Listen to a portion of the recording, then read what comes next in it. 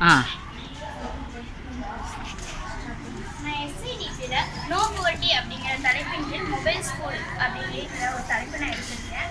நான் சேலம் மாவட்டம் மலப்பாடி வட்டம் சேசஞ்சாவடி அரசு உயர்நிலைப் பள்ளியில் படிக்கிறேன்.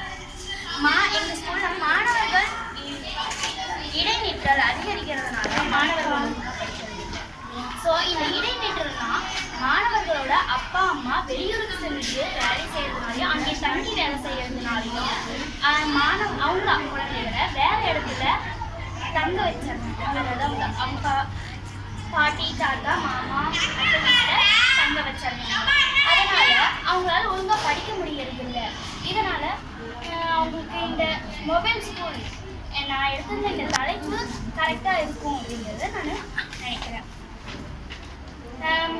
அவங்க அப்பா அம்மா அந்த வேலை செய்யறதுனால அவங்க ஒரு கூட்டமாக தான் வாழ்றாங்க. ஸோ அவங்களுக்கு கல்வி, தன்னம்பிக்கை, தொழிற்கல்வி இதெல்லாம் தேவைப்படுது.